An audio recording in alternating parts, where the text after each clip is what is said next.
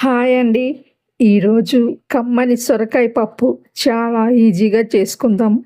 చిన్న చిన్న చిట్కాలతో చేస్తే ఈ పప్పు రుచి ఇంకో లెవెల్‌లో ఉంటుంది. ముందుగా కడాయిలో ముప్పావు కప్పు కందిపప్పు వేసి దోరగా వేయించండి. ఇలా వేయిస్తే పప్పుకి మంచి వాసన, రుచి వస్తుంది. ఇప్పుడు కడిగి అరగంట నానబెట్టుకోండి. పప్పు నానేలోపు మనం కూరగాయలు కోసుకుందాం. ఒక లేత సొరకాయని తీసుకుని దానిలో సగం వేస్తున్నాను. చిన్న ముక్కలుగా కోసుకోండి. ఇప్పుడు మనం నానబెట్టుకున్న పప్పుని కుక్కర్లో తీసుకుందాం. అందులోనే మనం కోసి పెట్టుకున్న సొరకాయ ముక్కలు, అలాగే ఒక 4 టమాటాలు, కొంచెం కొత్తిమీర, ఒక ఉల్లిపాయ ముక్కలు మొత్తం వేసేయకుండా కొంచెం తాలింపు కోసం పక్కన పెట్టుకోండి.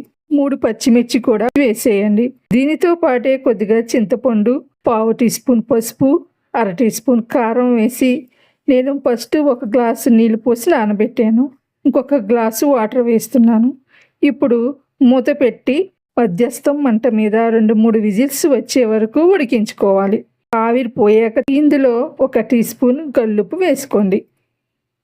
పప్పులో నీళ్లు ఎక్కువగా ఉంటే ఒక గిన్నెలోకి తీసేసి అప్పుడు రుబ్బండి. లేదంటే పప్పు పైన పడుతుంది.